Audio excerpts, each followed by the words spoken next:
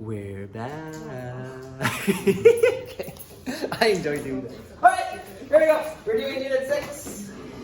Absolute values and radical functions. Today, we're just looking at absolute values. So, we'll look at the definition of what an absolute value is. But basically, maybe I should write it down here. So yeah, let's write it down. Absolute values, basically, make everything positive. So absolute values basically make everything positive. I missed the E on me. Yeah, thanks. The notation is just two vertical lines. So I'll just put a big vertical line and then like there. So that's what an absolute value looks like. This is just to represent like you'll put like something in there. So realistically this is what it looks like. So I might say when you read this, you say absolute value of 3. Okay? And it makes everything positive. So 3 is already positive, so the answer to that is 3. Negative 4 is negative, so when you apply the absolute value to it, you're just getting positive 4. So you're just getting the number. So you're getting rid of any negative signs, basically. Absolute value of 0 is just 0, because it's neither positive or negative. Anybody want to take a stab? What do you guys think? Absolute value? 0.5. So when I say it makes everything positive, it makes everything positive. Okay? Let's try it with some variables. And then maybe I'll give you a more formal definition of what an absolute value is. But if x is 2, like I wouldn't be able to evaluate this, really, unless I had a value for x. So if I plug in x equal 2, you would just write absolute value, 2 plus 3, like that. They're kind of like brackets, as in that you need to compute whatever happens inside them first. Okay? So that's 5. So it's the absolute value of 5, which is just 5. It's really hard to make sure your absolute values don't look like 1s, right? So what I do is I'll either draw them really thick or I'll draw them really big. So when you're doing work in this unit, you might be using, like if you're using line paper, you might use 2 lines, right? So you can make your absolute values extra big, okay? Otherwise, this starts to look like a 12 if you just make it like little. Let's try the next one. So absolute value, 2 minus 3. So that would be, so figure this out first. That's negative 1 inside the absolute value there. And then when you apply the absolute value, any negative goes away, so you just get positive 1. This one, a little bit more complicated. So negative 2 times 2 plus 4. So you get negative 4 plus 4, which is absolute value of 0. So again, compute what you get in here first. Write that and then consider whether or not you need to get rid of the negative if there is one. So the answer to that one is 0. So with the absolute value, you don't need to put the brackets. Like, say you could put brackets around this if you wanted. You know, like I'll do it on the next one. So I could go bracket, 3 times 2 minus 7. But yeah, you almost need to pretend like there's brackets. Like as far as order of operations goes, you compute what's inside the absolute value first. Then you apply the absolute value. We'll see some examples in a bit. So here we get 6 minus 7, which is minus 1. And then absolute value of negative 1 is 1. Okay, so in a nutshell, that's how you compute an absolute value. Are there any questions? Okay. I think it might be in a different lesson where I actually talk about the definition of an absolute value. But I'm going to show it, and we're going to add it to our notes today because I feel kind of silly not doing it. We don't really need it yet. But here it is. So write this down. So just write formal definition. And my shorthand for definition is DEF apostrophe N. Definition of absolute value. I'm just doing this off the top of my head, so. And if this is a bit over your head, that's okay, we'll get there. So absolute value of x equals, and then you're going to want these curly braces that nobody can actually draw. That's my best impression of, like the curly brace thing. So if you're taking the absolute value of something, you just get x if x is greater than or equal to 0. We'll talk about that in a second. But it's like, hey, if I say absolute value of 2, like 2 is already positive, right? So you just drop the absolute value, whatever's written here, that's your answer. Okay? But if this quantity is negative, then all we're technically doing is we're actually multiplying whatever this is by a negative 1. And when do we do that? Well, we do that when this is negative. So when x is less than 0, we apply a negative 1 to everything. So that, if you look at a math textbook and you looked at like absolute value, they would be like, here's the definition of an absolute value. And we'll be using that definition, but not really today. It's more like in the next coming lessons. But I want you to see it today so it can start marinating in your brain tank. Okay? So, real quick example. Like, say we got absolute value of 2. Okay, well this is already positive, right? So it's like my x is greater than 0. So what's the answer? Just whatever x is. So therefore, answer is 2. Right? Because 2 is greater than or equal to 0. So I'm just looking at the definition. Here's another example. Say I have the absolute value of negative 3. Well, my definition says, hey, if whatever's in here, if it's less than 0, this is what your answer is. Okay, so I'm going to write, negative 3 is less than 0. So therefore, my answer is take whatever this is, negative 3, and multiply it by negative 1. So what do you do? What do you have when you have negative 1 times negative 3? Positive. You get positive 3. So therefore, the answer is positive 3. Right now, what I did is I looked at this and I was like, hey, if it's positive, it stays positive. If it's negative, it becomes positive. Right? That's what I told you on the last slide, right? You guys agree? Yep. So in a nutshell, like without all the fancy talk, absolute values make negative numbers positive. If they're already positive, they just stay positive. Okay, but when we start graphing them and stuff, it's really useful to start thinking about the definition the formal way. Okay? Are we all okay? Like for math? Good. These. Now take a moment to look at this. We got this absolute value times 3. Okay? So you can almost pretend like there's brackets around these absolute values. Like you need to compute the absolute value first. You can't distribute the 3 into the absolute value. That's not allowed. So I'm just going to put a warning. So warning, compute abs first. You cannot distribute numbers into an absolute value. And I'm just going to write into an abs. Okay? So if you look at this first one, you can't distribute the 3 into the absolute value. You simply have to evaluate what this is, do the absolute value, then multiply it by 3. So that's the order of operations that we've decided for absolute values. Okay?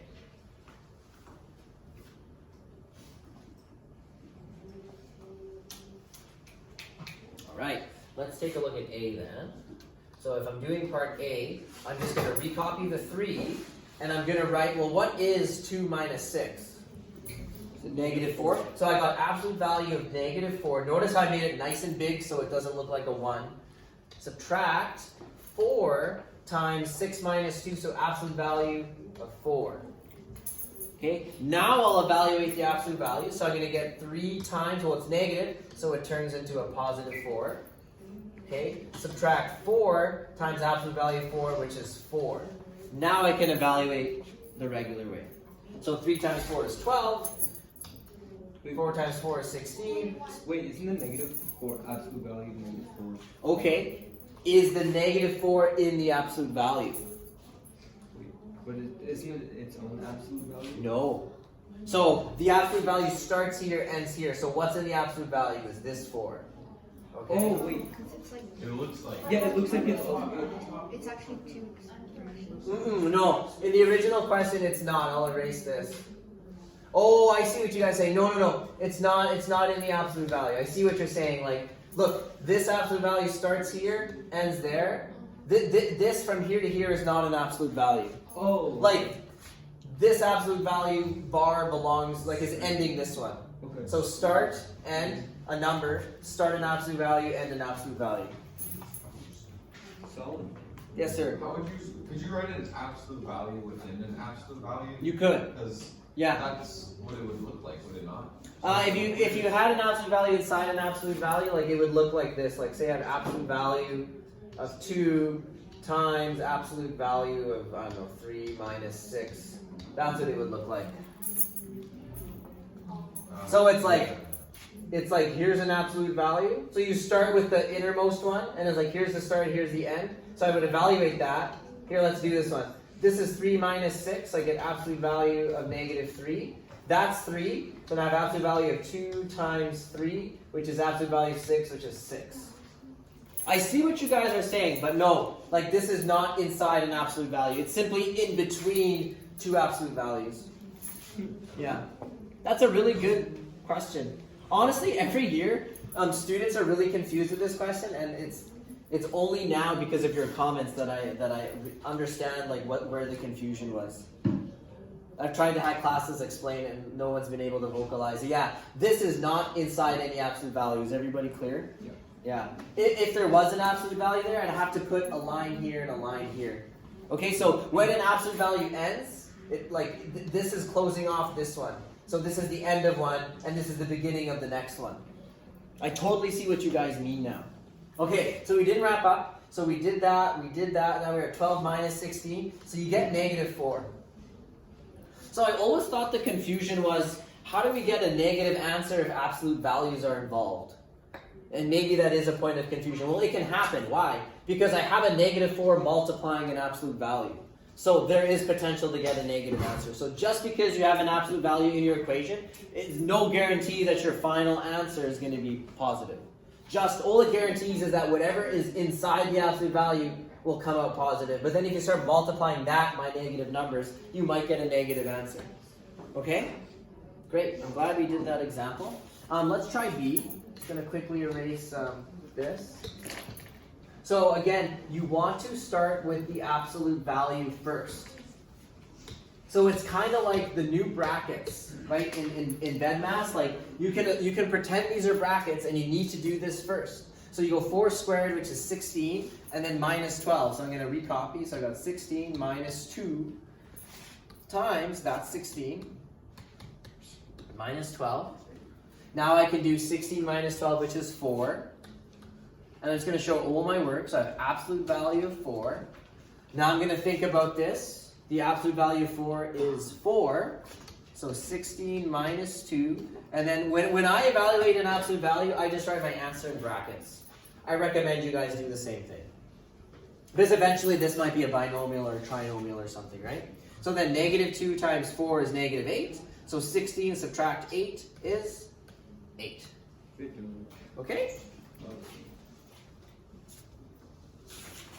Any questions about that? Wait, so you would never do the 16 minus 2 before you times that? No. No, you gotta evaluate the absolute value first, and then it's being multiplied, so then you follow order of operations.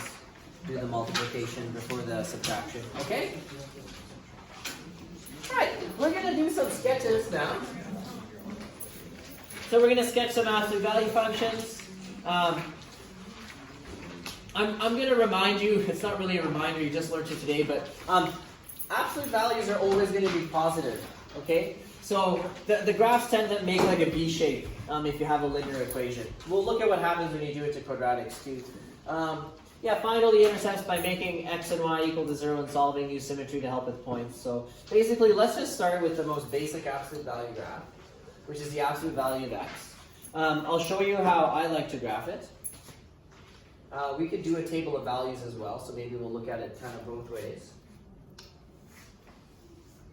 Let's do it with a table of values first. I think that'll be a nice way to do it. So I'm going to write x, and then y equals absolute value of x. So let's just pick some negative numbers. So let's do -2, -1, 0, 1, and 2, and we'll see what happens.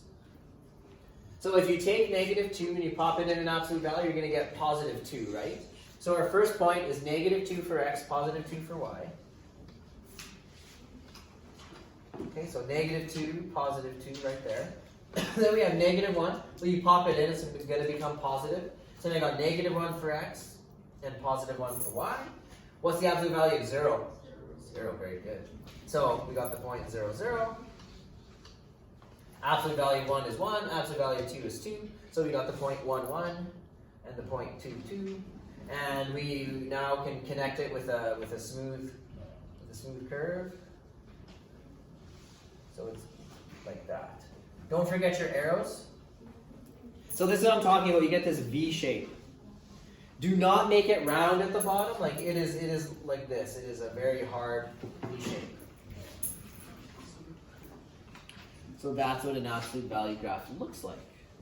Now, this is going back a couple units, but remember when we did transformations with parabolas? You guys remember?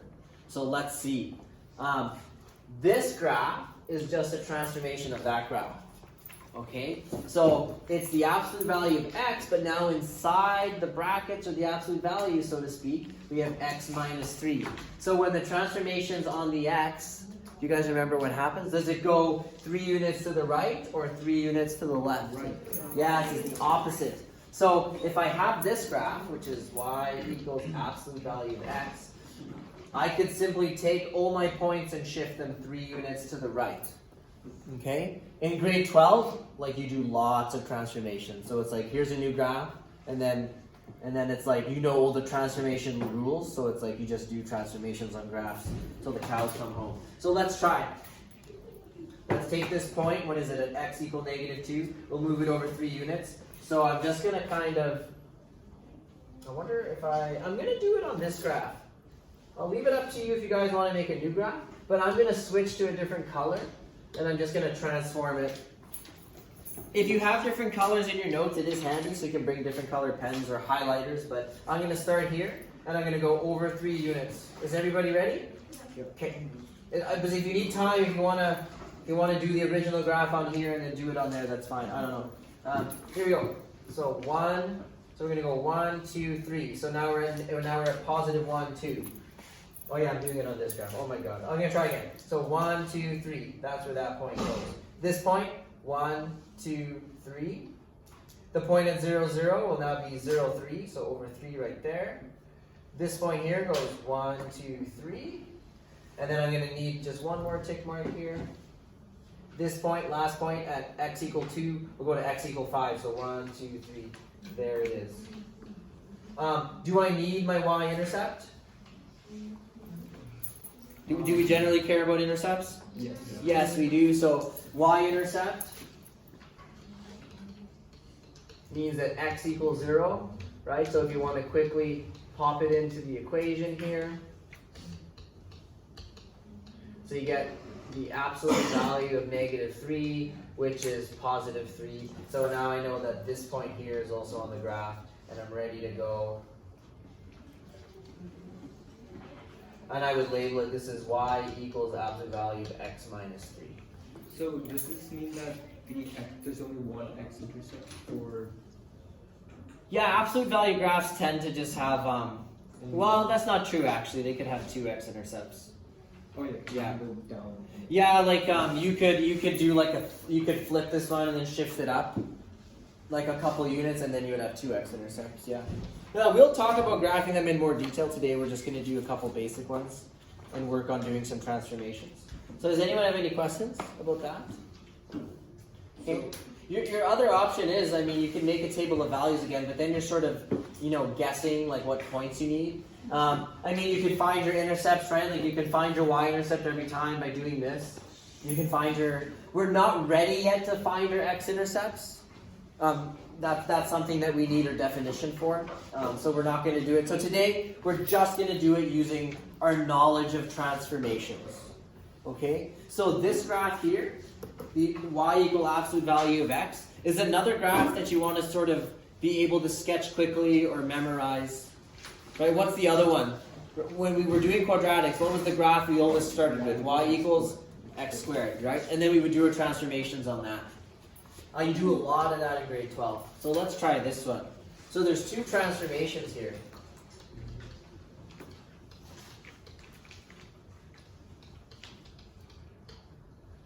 Right? Number one, we have this one, so move x values 3 units to the right. And then the other transformation is, do you guys remember when there's a number outside the brackets, so to speak? Yes, please. What does it affect? This plus 2 affects x or y values. It's the y values, and they're shifting up 2 units. So y vals up 2 units. So in grade 12, we talk a lot about what happens to an xy coordinate on the original graph, which is the absolute value of x. What happens to that coordinate on the graph of x minus 3 plus 2? Well, the x value, we add 3 to it, so we go x plus 3, and the y value we add 2, so we go y plus 2. So this is sort of a formula to take xy points on this graph and turn them into xy points on that graph. And honestly, I recommend doing it that way in grade 11 too. Why not? You're going to be doing it all the time in grade 12. So there it is. So what we're going to do is we'll make our table of values again for this graph. Right? So we just grab these points. And it was 2, 1, 0, 1, 2. And then we can make our table of values for this graph. And I'm just going to write, x plus 3, comma, y plus 2. Then I'm going to just go xy. So the xy on this one is negative 2, 2. And then negative 1, 1. And then 0, 0, 1, 1, 1, 2. And I'm just going to apply my little formula here. So my formula is x plus 3. So what's negative 2 plus 3? 1. And then 2 plus 2 is 4. And then this point would be negative 1 plus 3, so 2. And then this point is 1 plus 2, 3.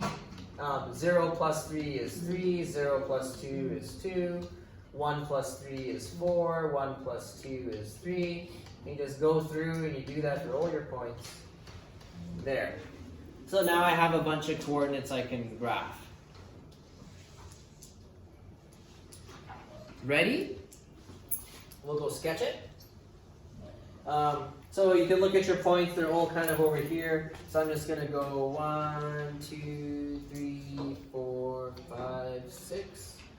1, 2, 3, 4, 5, something like that. I don't have any negative x values, so that's all the tick marks I'm going to do. And then I'm just going to start graphing these points. So I got 1, 4. So 1, 2, 3, 4.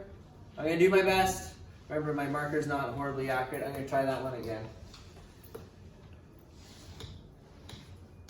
You guys will be able to make a nice graph in your notes. So there's 1, 4, and then I got 2, 3, and then I got 3, 2, and then I'm back at 4, 3, and 5. What was the last one? 5, 4. All right. Should I get my y-intercept? Yeah. So how do I calculate it? Well, I just plug in x equals 0. So my y-intercept. So y and x equals 0. Pop it in here. I'll quickly write it out. So you're going to get 0 subtract 3. So absolute value of negative 3 plus 2. So it's 3, positive 3 plus 2 is 5. So there's my y-intercept. And now I'm going to do my best to sketch that curve. It's not a curve, it's a line, it's linear. There. This needs to be angular. Okay, if you start making it round, you'll lose half a mark. Yes, sir. Can we say if we found like the vertex in this one other point, can we start making the whole graph just going up one to the left one, like what we did with parabolas? Yeah, but that depends on your A value. If your A value is 1, yeah, that's the case. Yeah. So what Kevin noticed is like, you called this the vertex. Is there a reason why? No. Oh, okay. In parabolas, Does this kind of remind you of a parabola? Yeah. Okay, that's interesting. Let's talk about that. So let's just go with this for a second. So if this was our vertex, this would be like your line of symmetry, right? The axis of symmetry, right? So let's see. This is the point 3, 2. Is it symmetrical? Around that point, yeah. And I mentioned before, if you read the notes carefully, it actually says use symmetry to help you graph. So yeah, you're totally right. We actually do call this the vertex. Not vertex in the quadratic sense, but vertex as in this is actually the lowest or highest point of the graph. So these things have a lot in common with quadratics. And yeah, they are symmetrical. So if you go up one over one to get a point, then you can do the opposite thing in the other direction. You can go up one over one and get that point. Okay? So what if you get 1/2 of it and you know that this is your vertex, then you can literally go up one over one, you know, up to, what is it? Up 2 over 2, is that what it was? No, once. 1, 2, no, I'm doing this point now. So it's up to, yeah, so then it works up 2 over 2, yes. So for my y-intercept, I could have just been like up 2 over 2, up 2 over 2 the opposite direction and gotten that point. Yes, sir? If your new value is a negative, that would still be switched as. Yes, okay, well, hopefully, is there a next example, maybe one? Our next example has a different a value, but yeah, if I had this exact graph, and then I threw a negative in front of it, It's going down. it would flip the graph. So you would shift, but the order is different. We're getting too complicated, but we'd shift 3 units to the right, and then we would flip it over the x-axis, and then we would go up 2 units.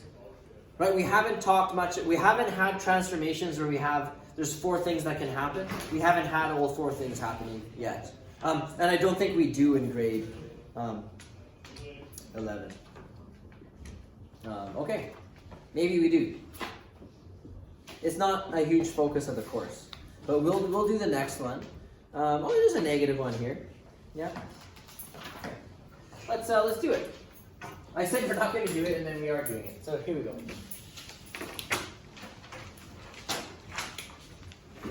So when you're doing transformations, you have to sort of consider order of operations. So this transformation is adding or subtracting a number from x, right? And this transformation is adding or subtracting a value or a number from your y values, right? Now, this transformation, when we did quadratics, that multiplies your y values by 2, right? So what comes first? Subtracting or adding numbers, or multiplying or dividing numbers? Multiplying or dividing. So when you're doing transformations, if you're taking an xy coordinate on this one, y equals absolute value of x, and you're trying to figure out, well, what the heck happens on this graph, the order of operations matters. So your x values are going, what, 1 unit left or right? Left. So if it's going left, we're going x minus 1. Now your y values are going down 4 units, but they're also getting multiplied by 2. So when you do your transformation, you go 2 times y, and then you subtract 4. Like you're just following order of operations. Are we clear? Like if I just said, hey, do this, what do you do first? Multiplying by 2, or do you subtract 4 first? Like if I said, hey, y is equal to 3, evaluate, what are you going to do? Oh, 6 multiplied by 3. Right? So you go 2 times 3 and then subtract 6. So it's the same thing when you're doing a transformation. You're going to go 2 times y and then subtract 4. Okay? I'll write it down in words too. This is going to save you, like what I'm teaching you right now is super handy for our course, but when you get to grade 12, like everything is this. Like we just pummel you in grade 12. It's like, here's 3 new graphs, and hey, remember all that transformation stuff we did? Yeah, you got to be able to do that too. And no, we don't have time to go over it because you already know how to do transformations. Okay? Yeah. Good. So let me write it out in words. So the transformations in words, because that's another one of their favorite questions, is to get you to write everything in English and then grade you on it. So in words, the order that you have to do it in is, it doesn't matter if you do your x transformations first or your y ones, but when you're doing the x ones, you have to follow order of operations. So it would be, move x values 1 unit to the left. Step 2. Multiply y value by 2 and then subtract 4. So then subtract 4 from it. So that is how I would describe this transformation in words.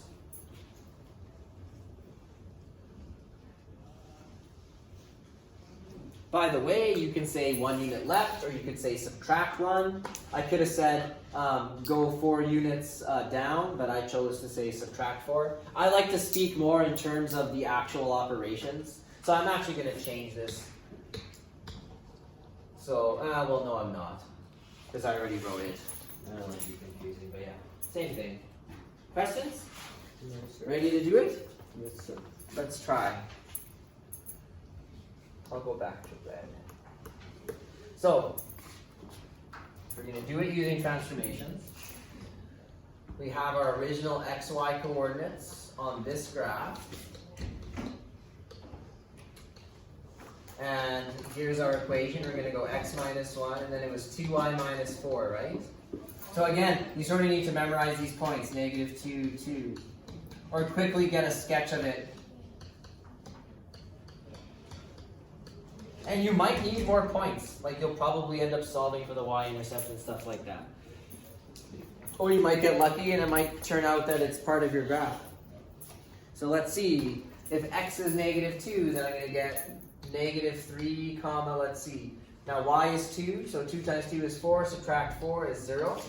So what's special about that point? Is it an x or y intercept? Yeah, this is an x-intercept, just by the way. Right, when y is 0, that's an x-intercept. Let's look at this point. So -1, so -1 subtract 1 is -2. 1 for y, so 2 times 1 is 2, subtract 4 is -2. 0, 0, so that would just be -1. 2 times 0 is 0, subtract 4. So -1, -4. 1 for x, so 1 minus 1 is 0. And then 1 for y, so 2 times 1 is 2, subtract 4 is -2. And then 1 for x. Oh, should this have been, sorry, this should have been 2. My mistake. This should have been 2 right here. I made a mistake. 2, 2 is the point. Right here. Mistake. 2, 2. Okay, so this would be 1 for x then. 2 times 2 is 4. Subtract 4 is 0. So what's this then? Y is 0. That is, it's another x-intercept.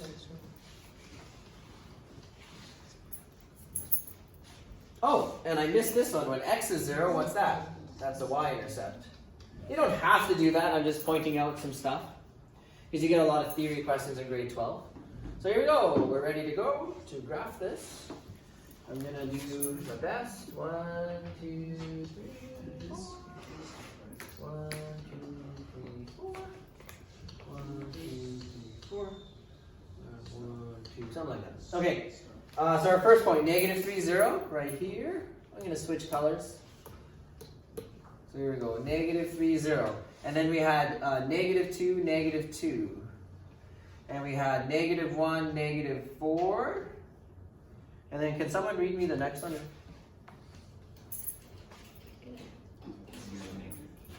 0, -2, thank you. I suppose, now this is actually my vertex. Did I make a mistake on that point? 1, 2, 3. Yeah, I put it at 4. So the first point was -3, 0. What tipped me off was that it was starting to not look very symmetrical. Which you can kind of expect because I just sketched it out, but it should be somewhat close. So there we go. -3, 0, -2, 2, -1, 4, 0, -2. The last one was this one, I think? 1, 0. This one right here? Was there any more that we did? No. So now you can go sketch it. Sorry, I missed that point. Don't ever do that. You lose marks. I don't know. You lose all the marks. Look, I completely missed it. Just make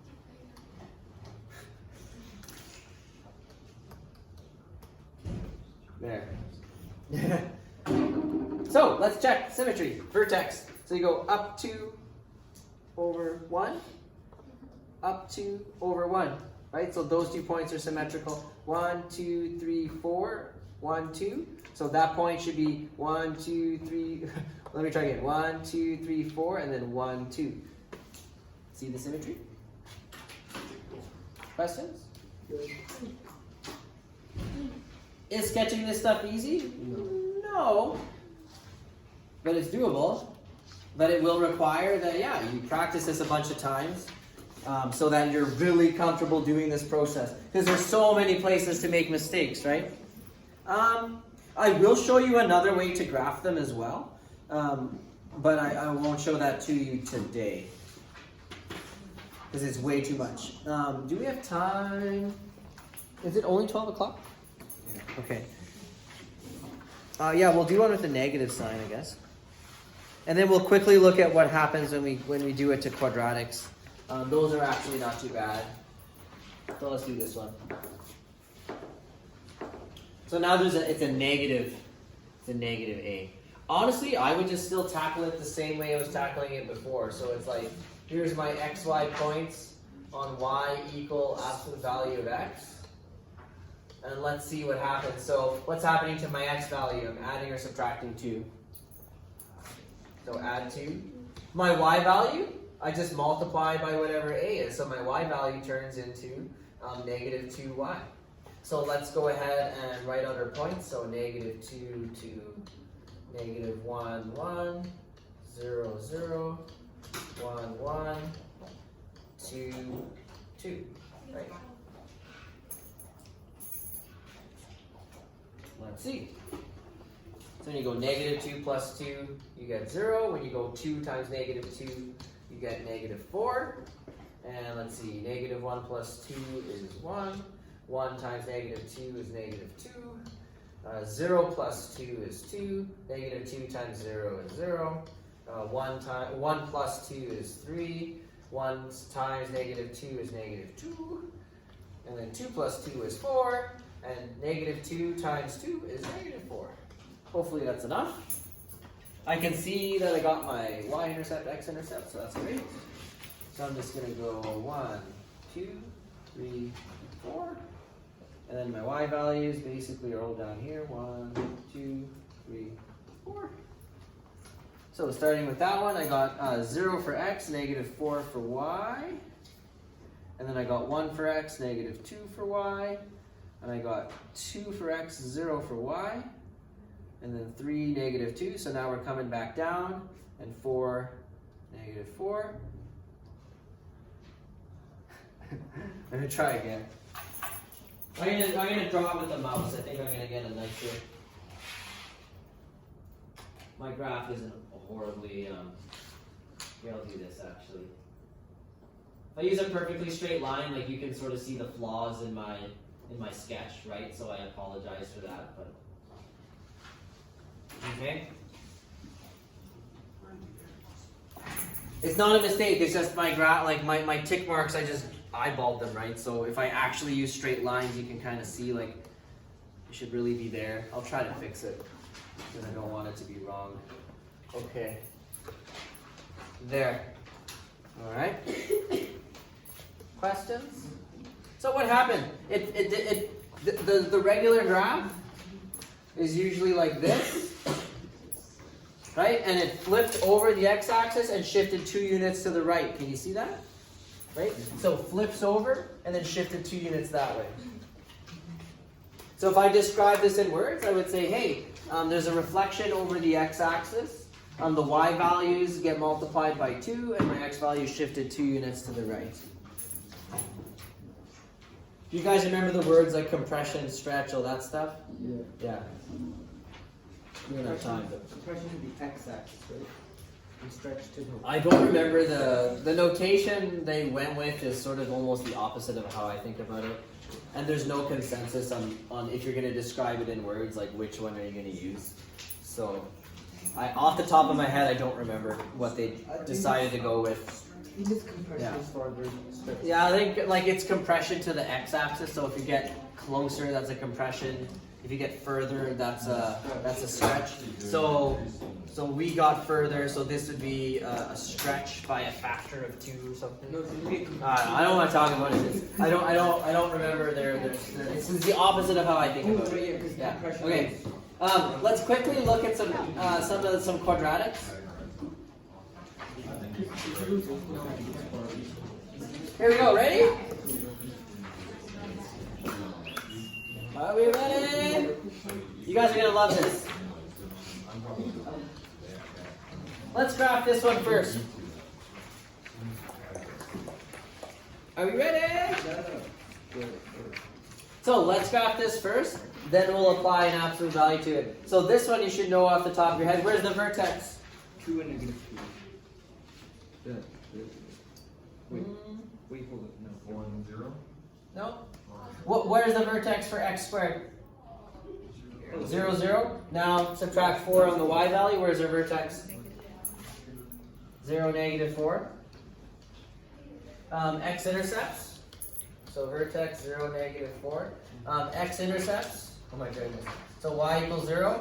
So 0 equal x squared minus 4. Start factoring. Difference of squares.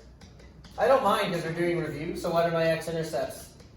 Plus or minus 2? Yeah. Okay. 1, 2. So there's -2. 1, 2. There's positive 2. That's all I need. It's a parabola. All right. So, what does the here's another way to graph them. You sketch the original, then you apply the absolute value. So absolute value does not allow there to be any negative y values. So all that happens is that this reflects over the x-axis. 1, 2, 3, 4. So your vertex down here, you can't have any negatives, so it's 0, positive 4. There it is. So new graph in red, the absolute value graph looks like this. Whee!